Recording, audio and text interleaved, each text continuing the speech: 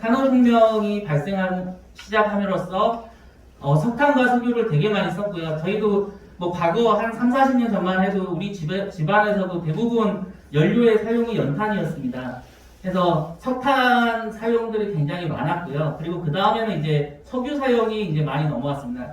석유는 이제 자동차라든지 운송수단에서 뭐 굉장히 많이 사용되다가 그 다음에 이제 연탄이 석유 보일러로 대체가 됐었고요. 그래서 그리고 그 다음에 가스로 또 대체가 됐었는데 그런 과정에서 발생됐던 이러한 온실가스들이 지금의 이제 기후변화를 일으켰는데 이게 만약에 대량 생산, 대량 소비 그리고 무분별한 소비가 아니었다면 어느 정도 제어가 가능했다면 우리도 이러한 온도 변화라든지 이런 것들을 좀 완화시킬 수 있었을 텐데 굉장히 많이 소비를 해왔습니다. 우리가 뭐 적정한 양보다도 훨씬 오버되는 양으로 인해서 굉장히 많은 온실가스를 배출했고요. 그래서 이제 21세기는 불과 5년, 10년 전만 하더라도 기후변화라는 얘기를 많이 했는데 지금은 기후변화가 아니라 기후위기 시대다. 그리고 이제 뭐 어느 과학자들은 이제 기후붕괴 시대라고도 얘기를 하는데 이러한 말들이 이제는 회복할 수 없다라고 하는 거에 방점이 있습니다. 그러니까 이대로 배출하는 거 이미 좀 늦었다. 그런데 이제 더 이상 이거를 증가시키면 안 된다라고 하는 게 이제 분명한 지금 노선이고요. 그래서 지금 현재는 온실가스 감축을 과거에 해왔던 식이 아니라 더 획기적으로 더 도전적으로 해야만 한다라고 하는 게 이제 최근에 탄소 중립이라든지 그린 뉴딜이라든지 이런 것들이 회동하게 된 이제 배경이라고 볼 수 있습니다. 그래서 뭐 간단하게 우리 지역에는 어떤 피해가 있고 지금 현재 기후변화라고 하는데 실체적으로 어떤 과정들이 있냐라는 걸 그냥 간단하게 말씀을 좀 드리면 지금 뭐 다들 아시겠지만 우리나라에서 제일 더운 도시가 어딘 줄 아시나요? 대구가 지금까지는 제일 더웠습니다. 대구가 제일 더웠고요. 그리고 이제 뭐 더운 도시들을 몇 개 뽑은다면 대구, 광주, 전주, 대전 이 정도가 이제 아주 많이 더웠던 도시들인데 이런 도시들을 보면 대부분 분지형 구조고요. 그런데 가장 더운 도시가 어딜까요? 하면 대구, 광주 뭐 이런 게 왔다 갔다 하는데 최근 10년 동안 어디가 가장 더워졌을까요? 라고 얘기한다면 광주가 압도적으로 더워졌습니다. 그러니까 과거 그냥 10년을 딱 놓고 보면 대구 같은 경우는 한 28일 정도? 원래 10년 전에요. 그러니까 폭염이 한 28일 정도 진행이 됐다면 최근에는 한 32일 정도 증가했습니다. 그러니까 약 한 4, 5일 정도 높았던 거고요. 광주도 약 32일 정도 증가를 했습니다. 일정하게 패턴이 비슷하게 증가를 했습니다. 그러면은 광주랑 대구랑 거의 뭐 비슷하다고 볼 수 있는데 10년 전에 광주는 14일이었습니다.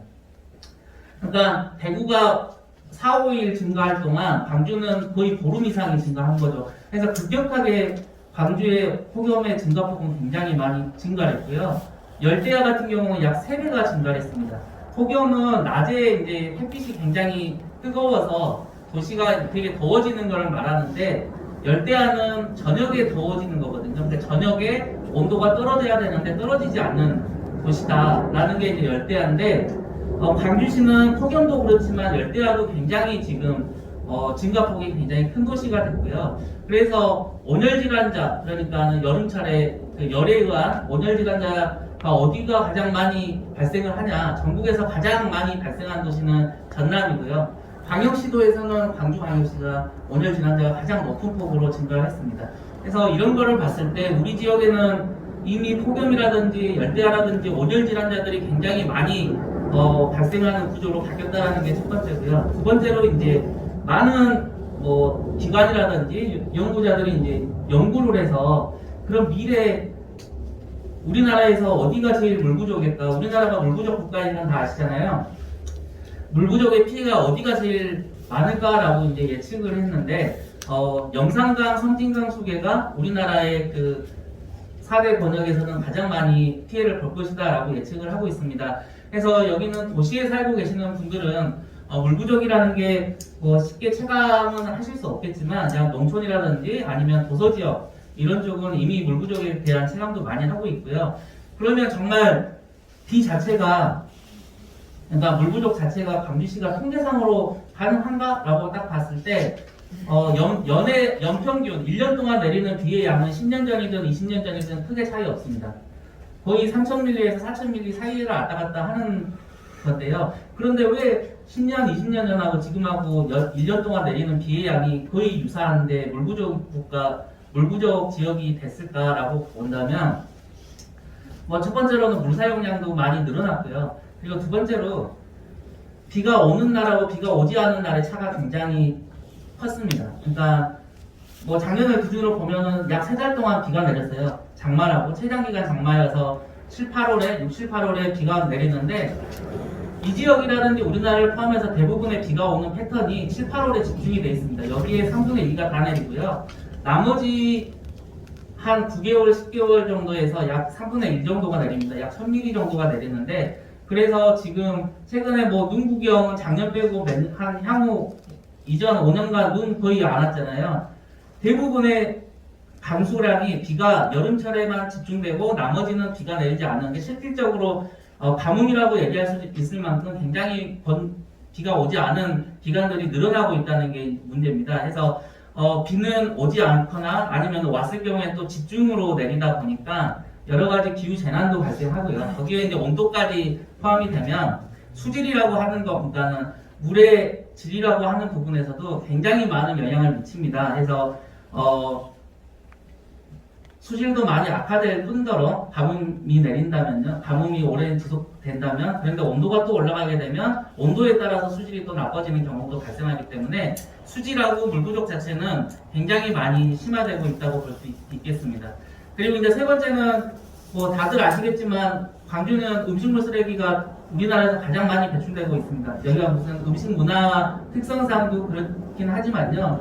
유독 음식물에 관련된 부분은 굉장히 많이 배출이 되고 있어서 이러한 쓰레기 문제들도 굉장히 중요한 부분입니다. 해서 우리 지역의 기후변화에 관련돼서를 정리를 해보면 폭염이라든지 열대야라고 하는 이러한 온도라든지 대기 환경에 관련된 부분들도 굉장히 취약하게 되어 있고요. 물도 이제는 앞으로 물 부족이라든지 여러 가지 수질에 관련된 문제들도 많이 발생할 거고, 그리고 폐기물이나 이런 부분들, 자원순환 부분도 굉장히 많이 발생을 할 거다 해서 굉장히 어려워질 건데 더 어려워지는 게 딱 하나 있는데요. 이런 것들은 이제 발생하는 거고, 이런 것들이 발생했을 때 이거를 효과적으로 처리하고 효과적으로 대체하면은 이러한 리스크에 대해서는 어느 정도 저희가 대응을 할 수 있는데, 마지막에 문제가 이제 취약성하고 민감도가 그러니까 굉장히 떨어진다. 이 말이 무슨 말이냐면 여기에 취약계층이 굉장히 많이 산다는 거죠. 그러니까 노인 인구라든지 아니면은 저소득층이라든지 이런 인구 분포가 다른 지역에 비해서 더 많다. 이 말은 똑같이 폭염 열대야가 와서 온열 질환자가 생기든 아니면은 물 부족이 심화돼서 어떤 계층한테 피해를 주던 봤을 때 그러한 피해자들이 우리 이 지역에는 굉장히 많다 하는 게 가장 큰 문제 중에 하나입니다. 그래서 우리 지역에 대해서는 기후변화에 따라서 굉장히 많은 피해가 올 거다라고 이제 말씀을 드릴 수 있고요. 그래서 이러한 것들을 토대로 해서 향후에 약 이제 80년 뒤, 20년 뒤를 봤을 때 최대 80년 뒤까지는 약 4.2도에서 4.8도 정도 증가할 것으로 보여지고요. 그리고 2040년, 그러니까 앞으로 20년 뒤만 하더라도 약 2도 이상은 그냥 상승할 수 있는 온도로 되어질 거다라고 하는 게 이제 많은 전문가들의 예측입니다. 저희가 코로나라고 해서 지금 현재 굉장히 힘든 과정을 보냈고 이제 위드 코로나 시대로 넘어오게 됐는데요. 최근에 1, 2년 동안 과거에 코로나를 떠나서 에볼라 바이러스라든지 지카 바이러스라든지 여러 가지 바이러스들이 전 세계에 창궐을 했어요. 그래서 이런 것들을 좀 구분을 해봤더니 최근에 우리 30년 동안 여기 새로운 감염병들이 생겼는데 60%가 인간하고 동물하고 같이 감염되는 인수공통 감염병이었고요. 그리고 여기에서 거의 대부분이 3분의 2가 야생동물에서 유래했습니다. 이 말은 이미 인간이 야생동물하고 인간하고의 구별이, 그러니까 원래 살던 지역이 경계가 있었는데 이 경계 자체가 없어졌다라는 얘기가 되거든요. 그래서 지금 뭐 기후변화라고 하는 게 기후변화가 그러면 저런 코로나나 인수공통 감염병의 직접적인 원인이냐라고 봤을 때 원인은 아니고요. 직접적인 원인은 아닌데 간접적인 원인은 분명히 있습니다. 간접적인 원인이 야생동물하고 인간하고 어떻게 이렇게 경계가 없어졌냐라고 했던 거를 좀 이렇게 찾아가다 보면 지금 최근에 뭐 브라질에서 아마존을 불태우고 하는 사진들, 뭐 뉴스들을 보셨을 분도 계시겠는데 억지로 아마존을 불을 태워서 거기를 개간을 하고 옥수수를 키운다거나 이제 그 소를 키운다거나 하는 것들이 굉장히 많아졌습니다. 그러니까 브라질 관점에서는 경제를 살리기 위해서 그런 시도들을 많이 하는데 이거 자체가 대량 생산, 대량 소비. 그러니까 우리가 먹고 살아야 되는데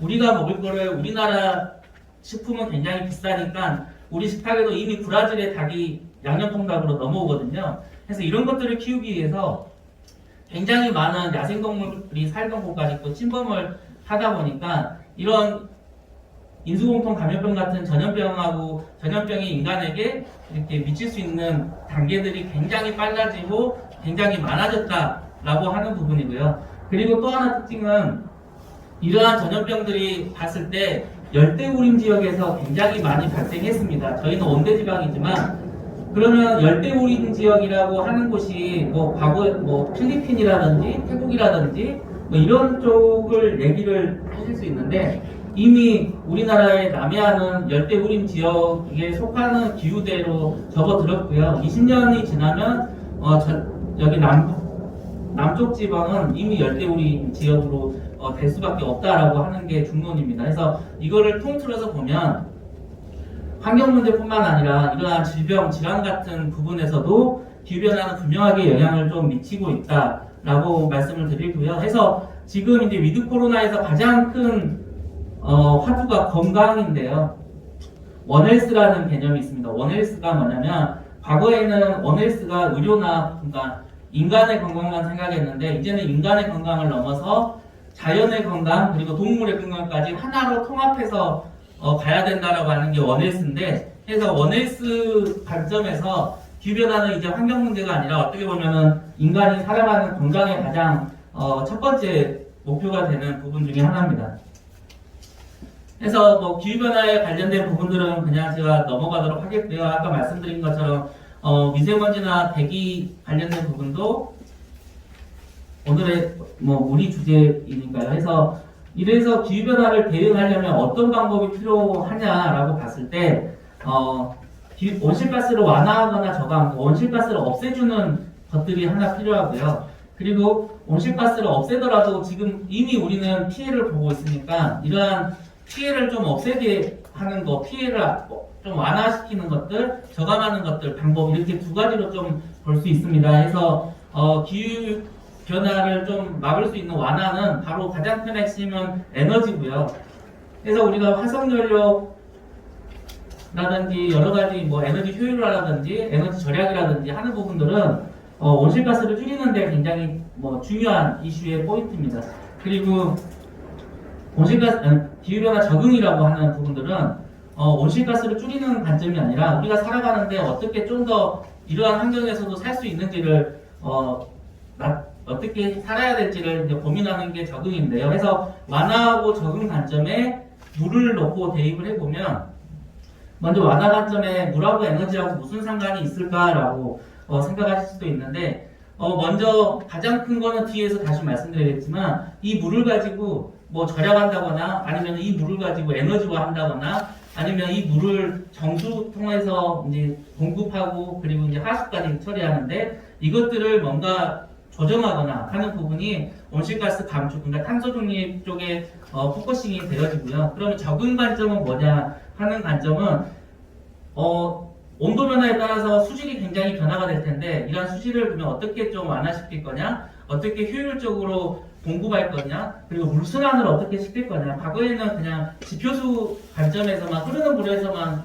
생각을 했었는데 이제 하늘에서 내리는 우수까지도 우리가 한번 모아서 블렌딩, 그러니까 처리를 한번 해보자 라는 관점으로 바뀌고 있습니다. 그래서 탄소 중립 뭐 이런 곳에서 물하고 얘기할 때는 이런 부분들이 굉장히 많이 들어간 부분이고요.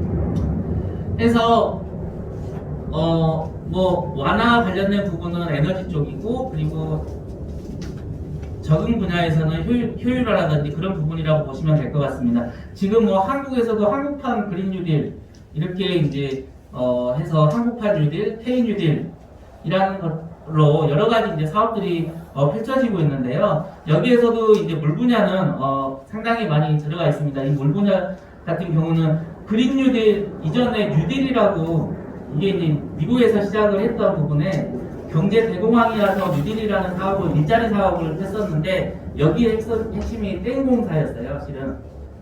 그래서 이러한 대규모 사업뿐만 아니라 최근에는 이제 탄소 중립에 맞춰서 온실가스를 좀 저감하는 방법으로 갔다고 말씀을 드리고요. 그래서 뭐 광주광역시도 지금 탄소 중립 도시 2045 모델을 지금 추진을 하고 있습니다. 2045년까지 탄소 중립을 하겠다라고 하는 게 광주시의 이제 정책의 뭐 가장 큰 변화 요인인데, 광주시 같은 경우는 아까 말씀드렸다시피 기후변화 관점에서 굉장히 어려운 구조로 있다 보니까 이런 거를 시민들과 함께 바꿔 나가겠다 하는 게 이제 광주 2045 그린 뉴딜의 목적이고요. 해서 건물, 수송, 공공자원 여러 가지 분야에서 온실가스 감축하고 적응하는 부분들이 들어가 있습니다. 그래서 물 분야는 공공 분야라든지 에너지 전환 부분이라든지 그리고 상세 부분이라든지 이런 부분에 들어가 있고요. 해서 광주시에서 추진하고 있는 게 녹색 전환 도시, 녹색 산업 도시, 기후 안심 도시 이렇게 세 분야로 추진되고 있는데, 녹색 전환 도시에 아까 말씀드린 물을 가지고 에너지화 한다거나 그리고 물을 그러니까 상수나 하수를 스마트화 한다거나 하는 부분이 들어가 있고요. 기후 안심 도시에서는 기후 재난이 굉장히 발생돼서 홍수라든지 집중호우가 발생할 텐데 이것들을 먼저 예측해서 예경고하는 부분부터 해서 여러 가지 분야들이 들어가 있습니다.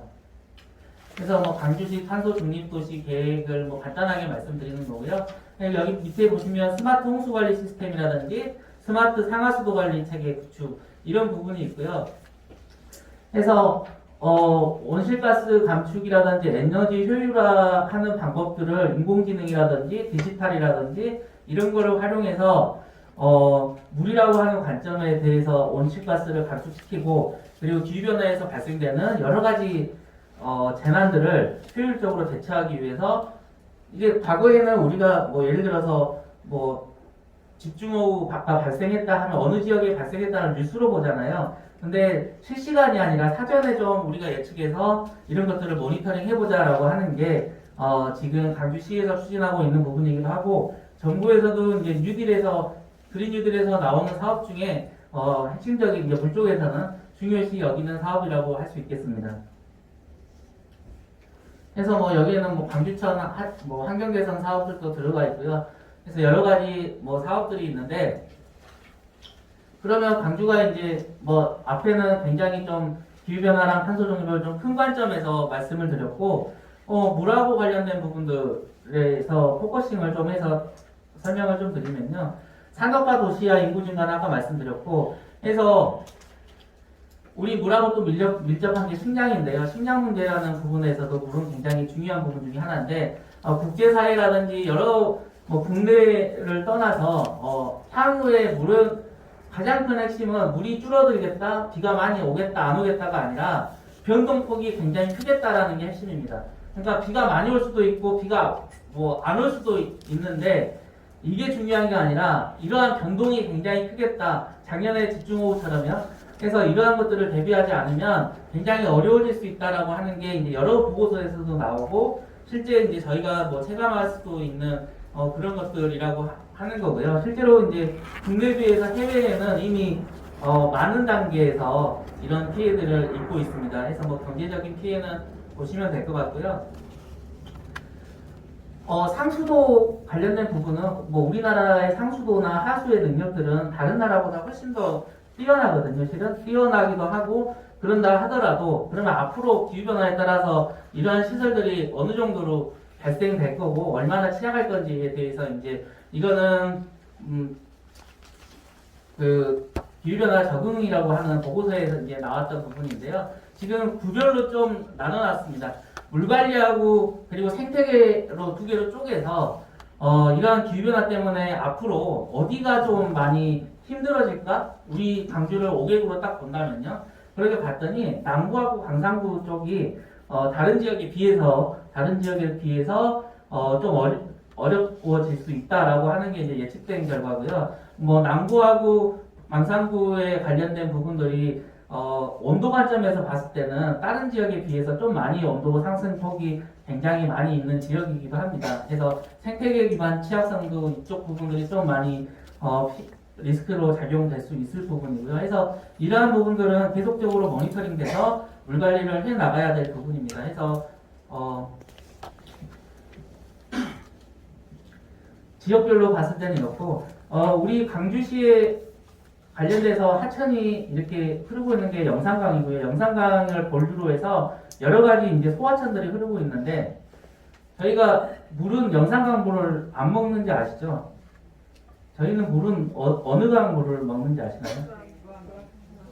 네, 그러니까 수계로 본다면 섬진강, 네, 수계로 저희가 항상 수질이나 이런 얘기를 할 때 영산강 얘기를 되게 많이 하잖아요.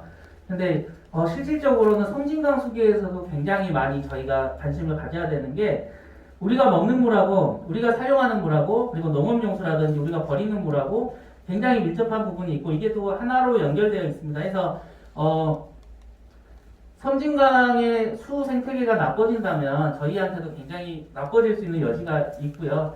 물론 뭐 섬진강 수계가 직접적으로 이제 저희한테 미치는 영향은 영산강에 비해서 크진 않겠지만 해서 섬진강과 영산강 수계를 통합적으로 저희가 좀 볼 필요가 있습니다. 해서 그런 것들을 볼 필요도 있고 정수장들이 지금 경남정수장하고 용현정수장 이렇게 두 개가 있는데 각하정수장은 이제 중단됐고요.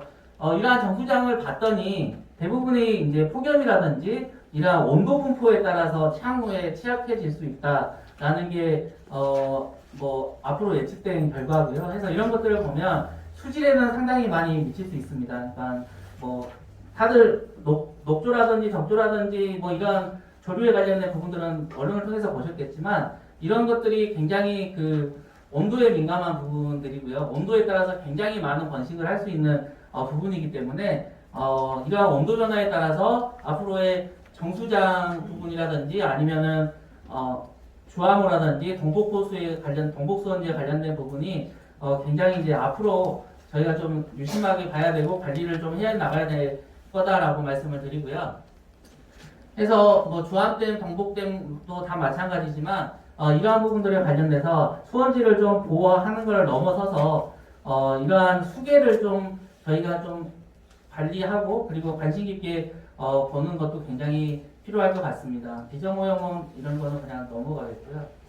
그래서 그러면 기후변화를 고려해서 어떻게 물 관리를 해 나가야 되는지를 말씀을 드리면 지금 물 관리라고 얘기를 하는 게 이제 전 세계 이제 선진국들의 트렌드의 약간의 변화들이 좀 오고 있는데요. 과거에는 저희가 이제 수계가 있고 수계에서 이제 물을 가둬놓고 치수를 해서 그리고 그거를 가지고 정수를 시켜서 급수를 했습니다. 그런데 이제 대부분이 그래서 지표수에 관련된 부분인데 최근의 트렌드는 이제 워터 블렌딩이라고요. 그러니까 그 물을 섞는 거를 통합해서 관리하는 겁니다. 그러니까 그러니까 빗물 그리고 이제 그 수원지물, 지표수 그리고 지하수 그리고 어떤 곳에서는 하수도 재처리해서 넣기도 하는데요. 여튼 존재하는 물들을 전부 블렌딩해서 처리하는 게 이제 최근의 트렌드입니다. 그래서 워터 블렌딩이라고 하는 부분에서 우리의 그 통신망처럼 도시에서 물망들을 그리드화해서 이렇게 물을 공급하는 체계로 좀 바뀌어지고 있습니다. 그래서 이런 부분들은 지금 현재 통합물관리 형태로 지금 많이 바뀌어 나가고 있다라고 말씀을 드리고요. 이 통합물관리를 좀 더 확대를 하면 이렇게 도시에서 구조로 발생할 수도 있는데요. 그 하수가 실은 초순수를 넘어서 저희가 음용하는 음용수로도 만들 수 있는 기술들은 이미 개발됐거든요. 근데 하수를 처리해서 음용수로 하면 안 되시겠죠? 네, 해서 이렇게 판매가 되거나 이러진 않는데 이미 수주는 하수를 지표수, 그러니까 음용수로도 만들 수 있는 기술들은 있습니다. 그래서 지금 중요한 거는 물을 어느 정도까지 깨끗하게 만드는가라는 거는 이미 기술적으로는 가능하고, 그러면 물을 어떻게 효율적으로 쓸 것인가가 이제 더 관심이거든요. 그래서 최근에는 저희 과거에 지열 에너지 가지고 난방했잖아요.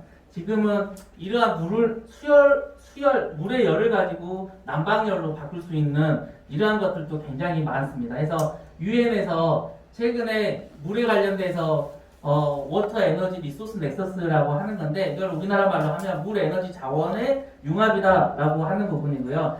결국 탄소 중립을 하려면 물 관리도 에너지 그리고 자원 이런 것을 통틀어서 이 세 개가 같이 흘러갈 수 있는 형태로 가야지 탄소 중립이 가능하다라고 얘기를 하고 있습니다. 그래서 이러한 부분들은 지금 현재 도입이 된 부분들도 많고요. 우리나라에서는 아직 이 개념들이 정식적으로 도입은 되지 않았지만, 이러한 것들을 사업하는데 어디가 제일 좋냐라고 했을 때 광주가 제일 좋다라고 하는 연구 보고서 정도는 나오는 정도까지는 이제 진행이 됐고요. 해서 도시에 있는 물을 얼마나 효율적으로 블렌딩해서 쓰느냐가 굉장히 중요한 부분이어서 이러한 옥상 녹화라든지 그리고 저류시설 이런 부분들이 굉장히 중요합니다. 그러니까 뭐 저류시설이라고 하는 게 뭐냐면, 그러니까 뭐 가장 간단하게 말씀드려서 챔피언스 필드 같은 야구장인데 지하에는 저류시설이 있어요. 그냥 물통 같은 야구장만 하는 물통이. 그래서 비가 많이 온다면 모든 빗물이 거기에 들어가게 되고, 이 물들은 정수가 돼서 다시 음용수로 쓰이거나 아니면 하천수로 가서 유지용수로 쓰이거나 하는 관점으로 이제 진행이 되는 것들인데, 일본이라든지 여러 나라에서는 이러한 방법들이 대규모로 좀 시행이 되고 있는데, 아직 국내에서는 대규모로 이러한 저류시설을 시행되는 곳은 없습니다. 그래서 국외 사례들을 제가 몇 가지 보여드리는 거고요. 그래서 이러한 결국 수질이라든지 탄소 중립을 위해서는 이러한 결국은 빗물이라든지 낭비되는 물, 에너지 같은 경우는 미활용되는 에너지, 미활용되는 물들을 어떻게 적정하게 처리하냐, 어떻게 적정하게 가두어서 다시 사용하느냐가 굉장히 중요한 부분이고요. 그래서 물 에너지 자원, 아까 말씀드린 그 전체적인 관점에서는 결국 물 문제는 환경 문제가 이제는 아니라는 거고요. 이러한 물 문제 자체도 이제는 주거라든지, 그러니까 도시라든지 이런 것과 같이 함께 움직일 수밖에 없다. 이래야지만 탄소 중립이 된다. 그리고 여기에는 에너지 문제까지 또 해결해야 된다라고 하는 관점입니다. 과거에 에너지라고 하면 수력 발전밖에 이렇게 이용이 되지 않았지만, 실제로 롯데월드, 서울의 롯데월드 앞에 석촌호수가 있거든요. 그 롯데월드의 그 열은 석촌호수에서 열 에너지를 가지고, 수열 에너지를 가지고 공급하고 있습니다. 실질적으로요. 그래서 이러한 부분들의 사회는 금방 다가올 거고, 광주시도 2045 탄소 중립이라고 얘기를 하는 부분에서는 이런 부분들을 적극적으로 활용할 필요가 있습니다. 그래서 제가 참고될 수 있는 것들은 다 일단 자료집에서는 넣었고요. 해서 제가 시간이 다 돼서 결국 탄소 중립하고 그리고 상수도 보호를 넘어서 수질 개선 이런 걸 하려면 과거에 그냥 환경운동 같이 그런 하나의 관점에서 볼 게 아니라 도시의 그리고 개인의 건강 차원에서 이제는 좀 더 융합되게 접근하는 방법이 필요할 것 같습니다. 네, 감사합니다. 다시 한번 오늘 주제 발표해 주신 항철호 단장님께 큰 박수 부탁드립니다. 감사합니다. 네. 자, 패널자께서는 무대 위로 올라서 자리에 앉아주시기 바랍니다.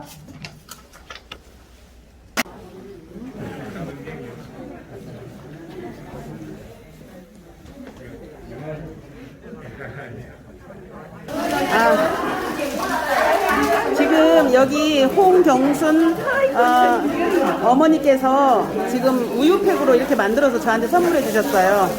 진짜 환경을 실천하는 엄마. 사랑해요. 감사해요.